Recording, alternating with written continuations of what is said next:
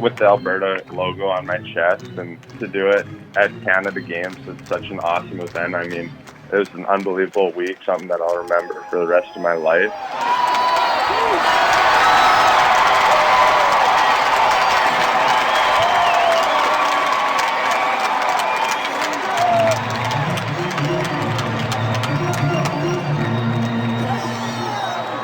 Welcome to episode 196 of Alberta Dugout Stories, the podcast. I'm Joe McFarland. There was already a lot of buzz around Edmonton's Michael Yusypchuk before he joined Team Alberta for this year's Canada Summer Games in Ontario. Last year's Baseball Alberta 15U AAA Player of the Year has been spectacular with St. Albert Minor Baseball Association teams over the years. He's heading to Dogs Academy in Okotoks and is already committed to Missouri State. Well, he added to that legacy during the Summer Games with a no-hitter in the semifinal against BC, striking out 7 and was a walk away from a perfect game in a 4-0 victory.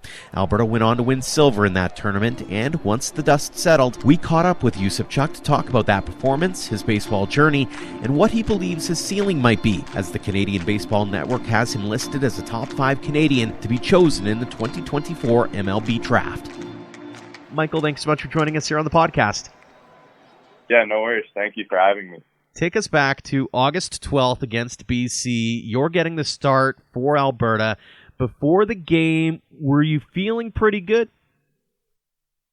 Yeah. I mean, before the game, I was really excited. I had a lot of rest. Couldn't wait to go in. I knew it was a big game. I was a little bit nervous, but really excited. And BC obviously had a very strong lineup, so some of our coaches and I were going through some strategy to how to pitch best to them. Yeah. As the game goes on, you're clearly dealing. Are you in the zone at that point? Are you sensing something's maybe different about this one? Yeah, I was kind of just in the zone, and to be honest, I was just trying to stay in the moment and just, all right, we got this batter, not trying to focus on the next batter or what's going on in the game. Just take a pitch by pitch, batter by batter, and just go from there. When do you realize that you have a no-no on your hands?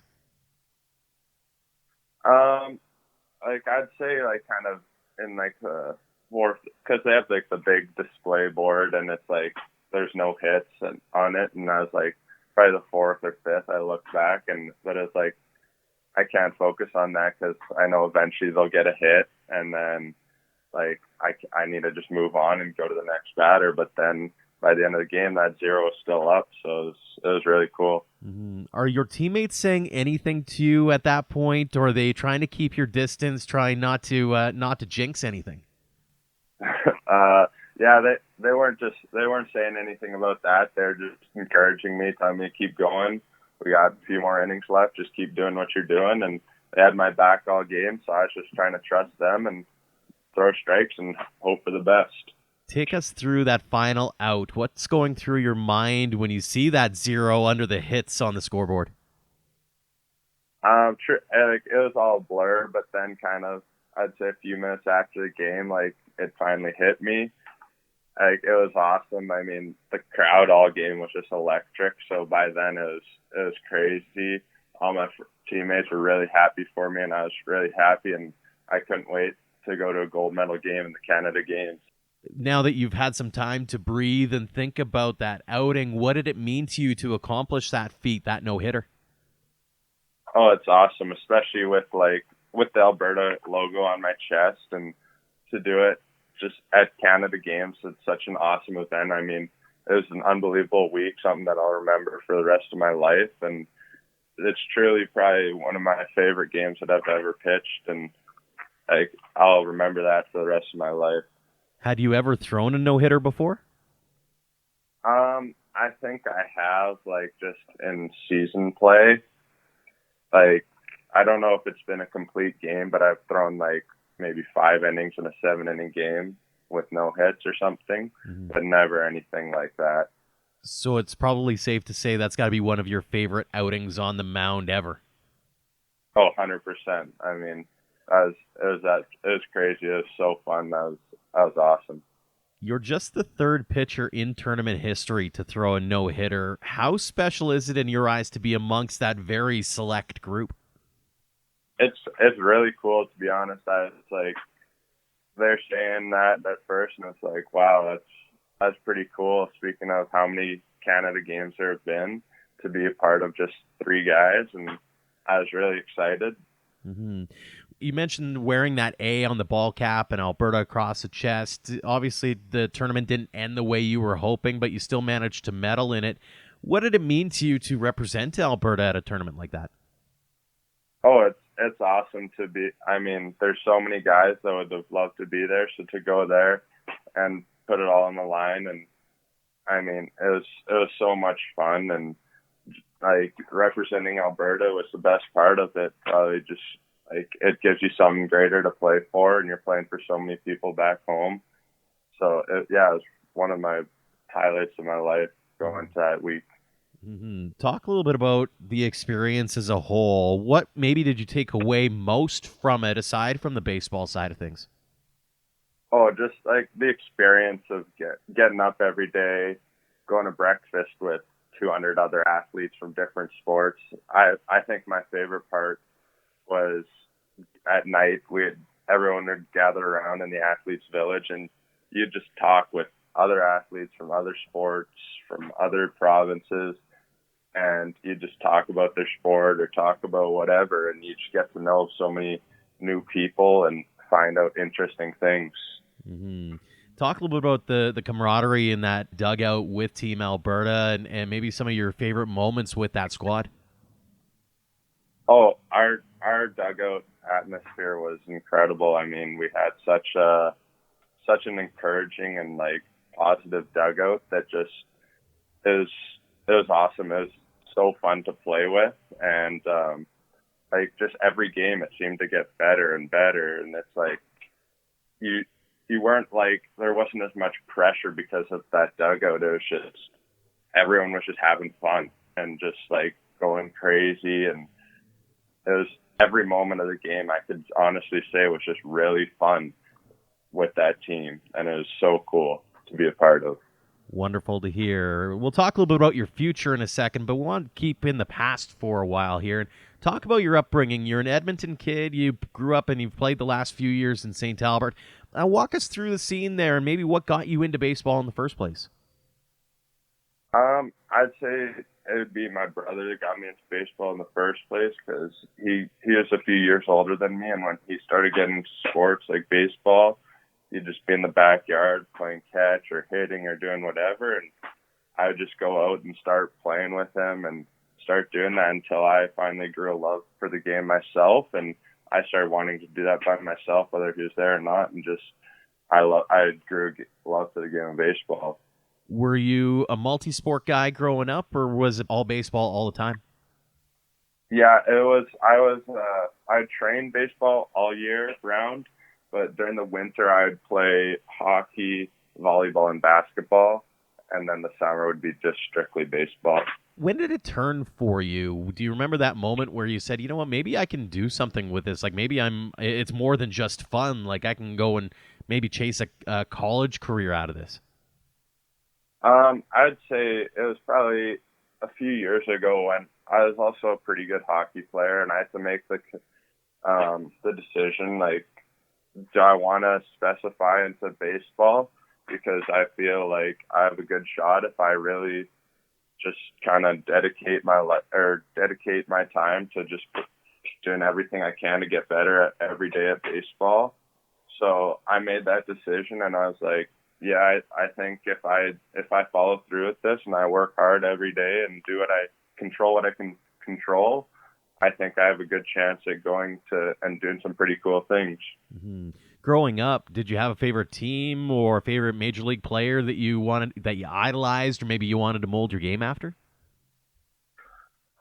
Yeah, I'd say my favorite team growing up has always been the Toronto Blue Jays. Like you always flip on the TV and there they are, and I just find that I love watching them play.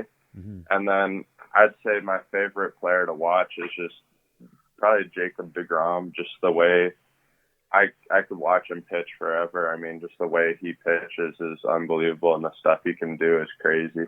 And I'd really try and idolize my game around him. I obviously can't do what he can do, but I can try the best to be similar. Describe yourself as a pitcher and what you think your best qualities are as you've accomplished all that you've accomplished to this point.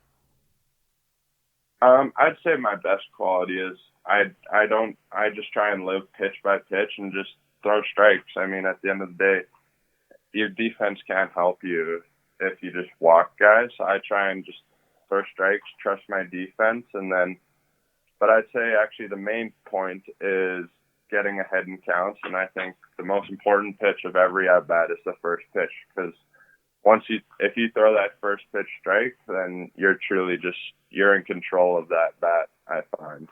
Talk a little bit about the St. Albert system, and you spent the last few years there. What's that program meant to you as you've developed into the player you are? Oh, it's an absolutely unbelievable organization.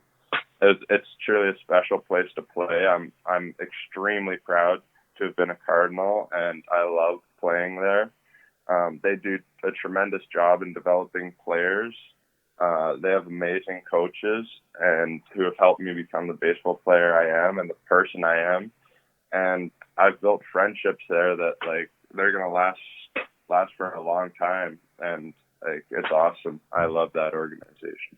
Well, and you did pretty well for yourself with that program, too. You were a Baseball Alberta 15U Player of the Year last year, if memory serves me correct. What did that recognition mean to you? Oh, it was a great honor. I was really happy to accept that, and it was just, I love my 15U year was a great year, and I played with a great bunch of guys under some great coaches, and that was one of my biggest years coming off COVID, and I thought I put a lot of work in on COVID, and it was great to see some of that paid off that year, and I had an awesome year, and the team had a great year. How challenging was that last couple of years, because you're not getting to play games on a regular basis, you're kind of practicing in your own basement? What kind of work did you have to put in on your own to make sure that you didn't fall behind the rest of your class? Oh, it was really tough, but I was fortunate to have my brother was home at the time, so we were kind of training buddies, and we'd keep each other accountable, and we'd have a throwing schedule, a lifting schedule, a bullpen, we'd have all that schedule, so we'd line up so we could, instead of just coming out of COVID just so we can fit in, we can come out of COVID that we're better than we were before, and hopefully make that jump a little bit above the rest of my class. Mm-hmm. And obviously you've been able to make an impression on people, not just in St. Albert and around the Edmonton area, but obviously you made enough of an impression to get the attention of Dogs Academy in Okotoks. You're heading there fairly soon here. Walk us through how that opportunity all came to be. I'd say it originally started with my brother. He used to go there, and he was formerly a dog, and he had absolutely nothing but great things to say about the program. And he always mentioned that they formed a family there, and he's got lifetime friends already from that program in just the 2 years he was there, I think. And so I'm really looking forward to going there and competing at a very high level against some of the best competition in North America. Mm-hmm. So I'm really excited and can't wait to get after it there. When you think about the coaching and that kind of thing, I know that that's something that the Academy prides itself on. What do you look forward to the most, I suppose, when you think about that aspect of things and heading down to Okotoks? I can't wait to just learn, and I can't wait to just every day get better and just learn everything I can in order to get better at my craft and work hard. And I know they have some unbelievable coaches, and my brother has nothing but great things to say, and he said that they've taken his pitching to the next level, so I can't wait to have that experience. Well, and obviously you're looking to get to the next level. You've already committed to Missouri State. Walk us through how that opportunity all came to be. I went down to a tournament with Canes Canada to Atlanta, Georgia, and I pitched a game there in front of that scout, in front of the Missouri State scout, and we started talking after that, and then I really liked what what they had to offer, and I think it's an unbelievable school with awesome coaches. It's an amazing program, unbelievable facilities, and yeah, like I just knew it was the right fit. Like as soon as I started talking to their coach, just everything I liked, and it was just awesome. So I'm extremely excited, and I can't wait to become a Bear. How do you keep yourself grounded knowing that you have accomplished so much already in your young career, but you also have a lot of things on the horizon, whether it's Dogs or Missouri State? I mean, there's a lot to soak in. How do you keep yourself grounded amongst all of the other things that you've got going on? Well, it's a matter of like not being satisfied, and it's like I'm extremely excited to be going there, but now I want to go there and contribute at a high level, and I want to be like one of their best players, and I'm going to work to try and strive to be that guy. And so it's a matter of not just being satisfied with what you have, but trying to set a really high ceiling and work to get there. Where do you get that mindset from? I'd say that's just what my parents have always like grown up telling me. It's like there's no point, like you can't just be satisfied with what you got. You got to always be striving to be better and better each day, every pitch, and yeah, so on. You mentioned your ceiling. Where do you see your ceiling right now? To be honest, I don't. That's kind of up in the air, but it's like right now I'm not trying to think of it too much. It's just a matter of just getting better every day, and hopefully by the end having a chance to play professional baseball. And I would really love to play on the junior national team one day, but it's just a matter of not trying to focus too much on that and just working hard and doing everything I can to set myself up for success and give myself the best opportunity to compete. How much of it is that day-to-day grind in your eyes, trying to make sure that you're taking care of all the small things, and also, learning from the mistakes, learning from those, they say baseball is a game of failure, right? So how much of it is trying to learn from that failure, but also grow on the momentum that's built on the successes like you've had? Yeah, baseball is truly a game of failure because, yeah, you have to learn on what your mistakes are and try not to repeat that mistake again. And I don't consider it a grind as much because I love doing it. I love learning about the game of baseball and working to get better at it every day. So I wouldn't really consider it a grind, but just doing something I love and putting in all the work I can to just keep getting better. And yeah. How much of your mindset and how much of sort of your knowledge around the game has been around what you've followed and watched your brother do? A lot. I've grown up watching a lot of his games, or when he talks about the game, like sometimes he'll be talking with my dad about what he thinks of this and what he thinks of that. So like I'll listen in, and I learned so much from him, and he's been a great role model for my baseball career. And yeah, like it's awesome because I learned so much just from him that it puts me a step above kind of sometimes. We've mentioned your brother. You also mentioned your parents. I'm wondering, talk about some of those other influential characters in your career to this point, some of those coaches that have maybe gone above and beyond or helped you get to where you're at now. Yeah, my family has obviously been huge, but I'd say, yeah, the St. Albert organization and Curtis Miller they've played absolutely huge roles in my development and helping me become the player and person I am. And I can't be thankful enough for what they've done, and it's been awesome. Mm-hmm.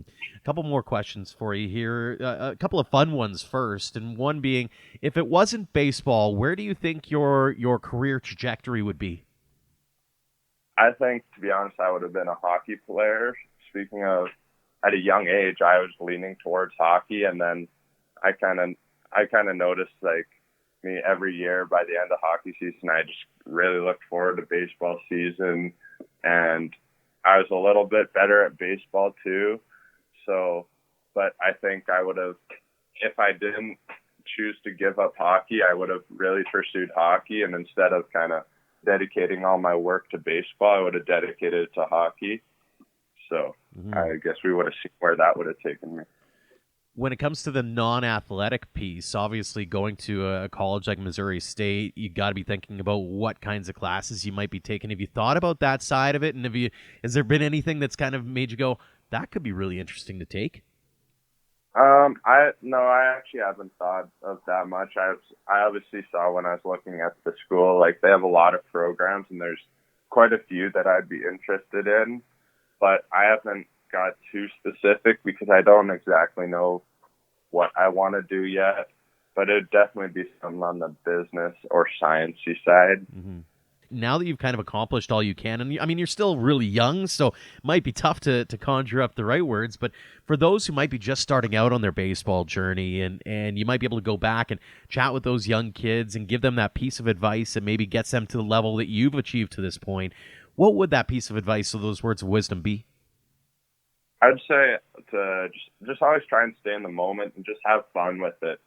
Baseball, like, at the end of the day, it's a fun sport, and whenever you have fun, I find at least it's more memorable and I end up performing better. When I get too focused in on results and all that, and I don't just kind of relax and have fun, or I'm thinking too far ahead, what if I don't do this? What if I do that? Then it turns into something that's just not what baseball should be. So when I say my biggest thing is just stay in the moment, just have fun, and see where the game takes you. Well, you've certainly done a good job of that so far. Final question for you here, Michael. What does the game of baseball mean to you? It's absolutely massive, and it plays a crucial role in my life. I love every bit of the game and playing a team sport, to be around the guys all the time and form those relationships with friends to just like be with, and it's awesome. Every day it's fun. Like, I enjoy the grind and I'd do anything to get better at it. Well, you're doing pretty well for yourself so far at such a young age, Michael. Congratulations on the no-hitter. Congratulations on all the success you've had at this point. Continued success as you head towards Okotoks and then Missouri State. And again, thank you so much for joining us here on the podcast. Thank you very much for having me. Thanks again to Michael Yusypchuk for joining us this week, and thanks to all of you for downloading and listening. If you haven't already, leave us a rating and review on your podcast app to help spread the word about ADS. A tip of the cap as well to our Platinum supporters for all they do for us and for baseball in Alberta. The Okotoks Dogs are WCBL champions after a great season and nearly flawless playoff run. Head to dogsbaseball.ca to learn more. And AHP Academy is devoted to driven athletes, getting them ready for the next stage of their baseball journeys. Learn more at ahpbaseball.com. Until next time, thank you for all your support online, on social, and on air of Alberta Dugout Stories.